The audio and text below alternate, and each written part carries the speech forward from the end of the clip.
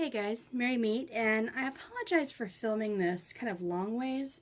There wasn't really a better option for this because this is a very long reading, so this isn't going to be the prettiest video, but um, I did want to show you one of my client readings, and I'm going to start offering these for like a $10 extra charge. You'll be able to get a video of your reading, so I wanted to show you what that was going to look like. And this is for a client that we're going to call Turtle. And for the sake of keeping everything anonymous, we're going to go with code names. So this one is for Turtle. This person knows that that is their code name, so we should be good there. And move the tape. Now, this is my Kundalini reading, okay? So what we're looking at is we're looking at each of the individual chakras and the energy that moves through those, okay? So these are how to move the energy from the root chakra to the sacral chakra. This is how to move the energy from the sacral chakra to the solar plexus, and so on and so forth. So the way that I read this is when reversals come up, that's a blockage, okay? So that's a blockage in the energy that you need to be flowing. So yeah, so we're going to look at that, and we're going to look at reversals in terms of blockages. So I'm using the Tarot of the Trees, mostly because these cards are small. And this being a long, kind of a long reading, if I was using much taller cards, it would be much bigger and impossible to film. But I also really, I use this for this anyways, just because this tree kind of has that sense of Kundalini, connecting the earth chakra below us to the, soul chakra or star soul chakra, or, what our crown chakra connects to. So I really like that symbolism, and the colors are beautiful. So I really like that. So here we go. This is the root chakra. So we're going to start here. And for the root chakra, we have the Hierophant reversed. Now, the root chakra is all about safety, okay? It's about finding energy to do the things you need to do.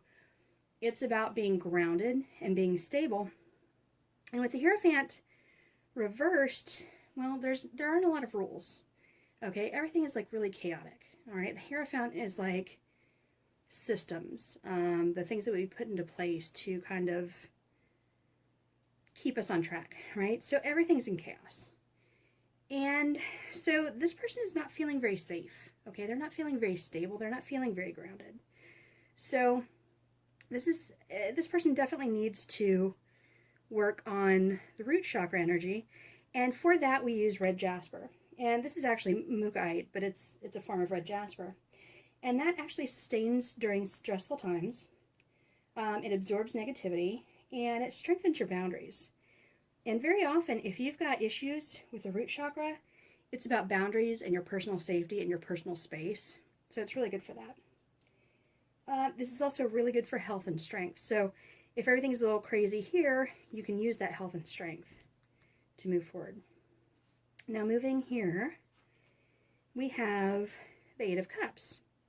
Now it looks like to move past this blockage and get the energy flowing into the sacral chakra, the Eight of Cups is all about leaving some things behind, okay? Things in the material plane, and moving towards something more spiritual or more deeply gratifying, where you're leaving behind things that no longer serve you, if that makes sense, usually in the sense of the material plane. So in order to kind of remedy this, the crazy, it seems like this person probably needs to shed some of their tasks, some of the things they do in daily life. So, like, the rules are not applying, the rules are not working. Get rid of some of the things that are keeping you from being able to be more structured and more stable, okay? If you have too much going on, if you have things that are not supporting you, let them go, okay? Move on, look for your path, okay? Don't distract yourself with all the details, the mundane stuff. Look for your actual path, okay? And that brings us to the sacral chakra. Now the sacral chakra is all about, it's kind of emotion, but it's kind of more basic emotions. So it's also about sexuality. It's also about food. It's about things we do that bring us pleasure, okay? And this is kind of interesting in this position because you have the Emperor reversed.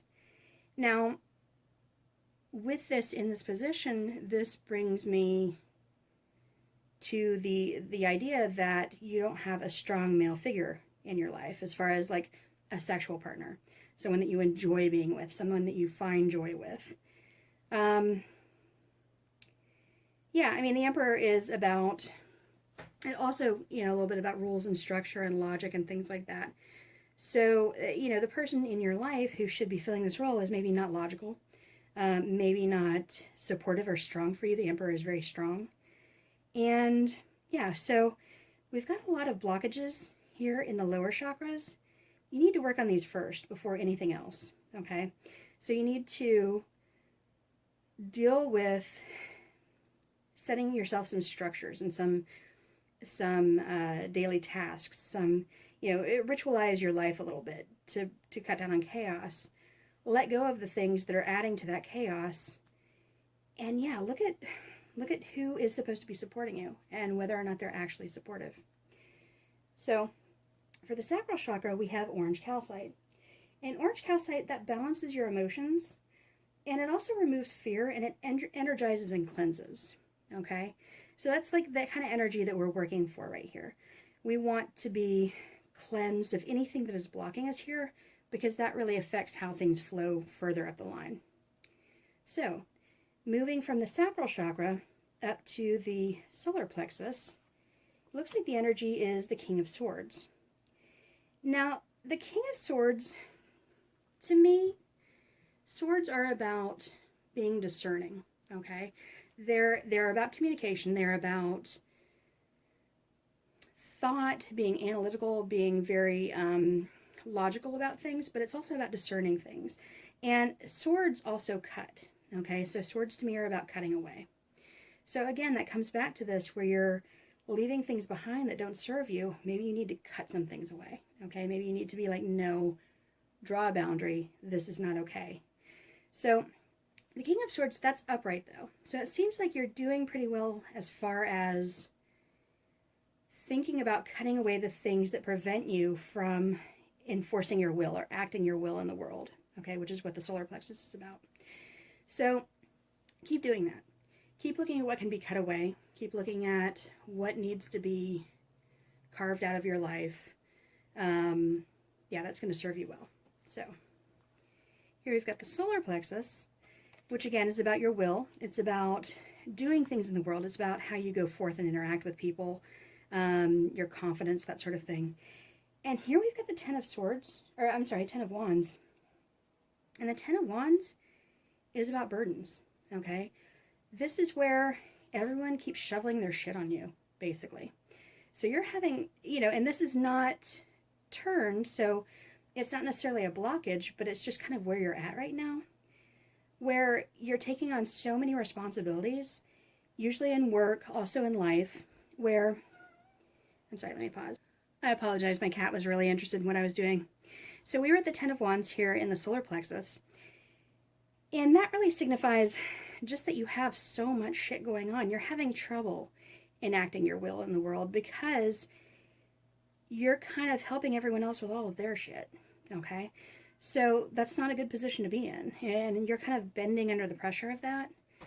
So again, while it's not reversed, Ten of Swords is still showing that you really need to work on this. You need to offload some responsibilities, basically. You need to find people who support you in doing what you're wanting. And for the solar plexus chakra, we've got citron.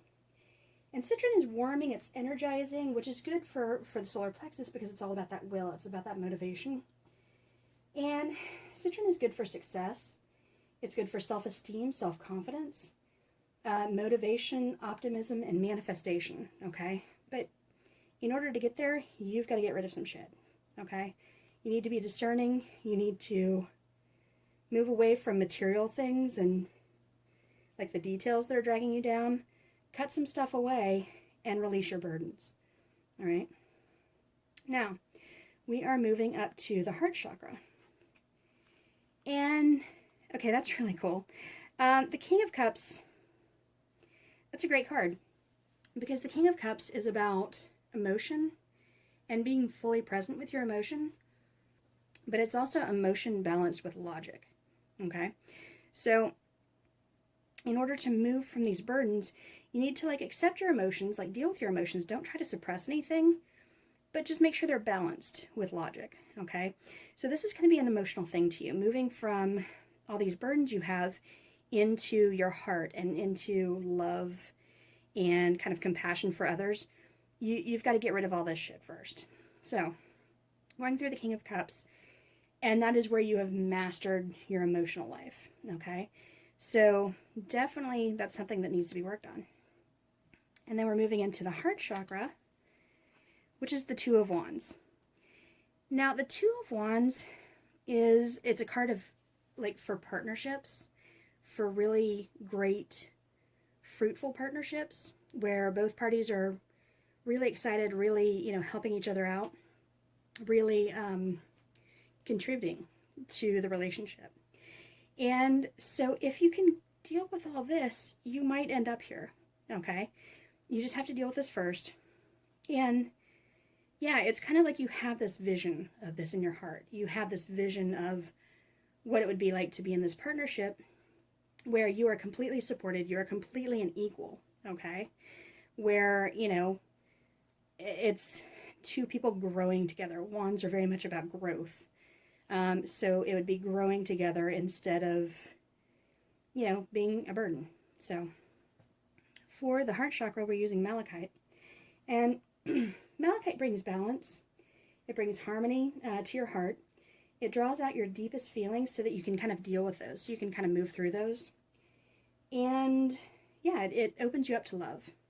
So it's a great stone. And it's great for this card too, because we want to be open to this. We want to be open to this partnership. Now, moving to the throat chakra, moving from the heart into the throat, which is where we communicate. Yeah, now you've taken some hits. Like, you have been disappointed, you've been stabbed in the back, kind of. You need to acknowledge those. You need to acknowledge that that has caused you pain, because by denying it, by just pushing it under the rug, pretending like it doesn't matter, you're not honoring this flow of energy, okay? So acknowledge that there have been some things that have hurt you, and that's going to help you move your energy. It's going to help you bring this kind of sense of partnership into something that you can communicate about, which is the throat chakra. So with the throat chakra, we've got the Six of Cups. Now, the Six of Cups is all about making choices. Okay, we've got all these different cups that we can choose from. And yeah, you need to make some decisions. And you need to acknowledge the pain that you felt, acknowledge all the disappointments and all the destructive things that people have done, and make a choice, okay? And since this is the throat chakra, you need to verbalize that choice. You need to talk about your choices. You need to communicate about what you're doing, okay? Bring all of this into it. Bring your ideal of this partnership and all the disappointments, and have the discussion. Like, nothing's going to change unless you have a discussion, basically. So, for the heart chakra, we have sodalite. And sodalite, that helps you with the drive for truth and for idealism. But it's really about standing up for your beliefs, okay? And here it's like standing up for the life that you want. And that basically, it clears confusion, and it helps you verbalize your feelings, which is really needed right here, okay? To keep this flowing, you really need to be able to talk about your feelings. So especially with all this stuff down here. So, to move the energy from the throat chakra to the third eye is about your psychic senses. But it's also about, on a more mundane level, just seeing beneath the surface of things. And so, it's kind of like When your third eye is not active, you just accept people at their word. You don't really look too much into it. When your third eye is open, you kind of see their intentions a little bit more. It's very healthy to have that open. So, to move the energy from communication into that kind of awareness, we've got the Six of Swords. And again, the Six of Swords is about leaving something behind. Okay, it's about moving from choppy waters into smooth waters, into serene waters. We've got these swords in here. I don't know how well you can see that are mired in this water. We can't use those anymore, but we do have these swords on the shore that we can use. So, yeah, it's really about walking away from something that doesn't serve you, okay? So that's, after we've had this discussion, we need to walk away. We need to separate ourselves from it because we've already expressed ourselves. We've already found like the vision of what we want, expressed ourselves about it, and you need to walk away. So you need to get some separation. You need to move to smoother waters. So for your third eye, and again, it can be about psychic vision. It can be about just awareness, just intuition and awareness of what's really going on around you, what people's actual motives are, that sort of thing. We've got the Three of Cups, and the Three of Cups is great. I love this card so much. It kind of brings out, there's definitely a sense of spirituality here, and there's definitely a sense of sisterhood, okay? Because usually when you see this card, it's three women. And you get the sense that they're kind of like doing some power of three, mystical, spiritual things. And that's very much what this card is about. It's a great card to have in this position. So, what that's telling me is that you need to find some people that you really connect with on this kind of spiritual, psychic level. It's really important because, once you've left all this behind, this is what's going to move you to this higher spiritual plane. This is bogging you down. This has you kind of grounded, not in a good way, you're stuck with all this energy here. This is about having your vision and being clear about it, and being clear about what's happened in the past, being clear about what you need to leave behind, what you need to just move from the trials and tribulations to something smoother. But it looks like you're going to find family. You're going to find kind of sisterhood and friendship. And that's going to be really important to you on this kind of spiritual level. So, for the third eye, we're using amethyst. And amethyst it's great for meditation. It's great for scrying.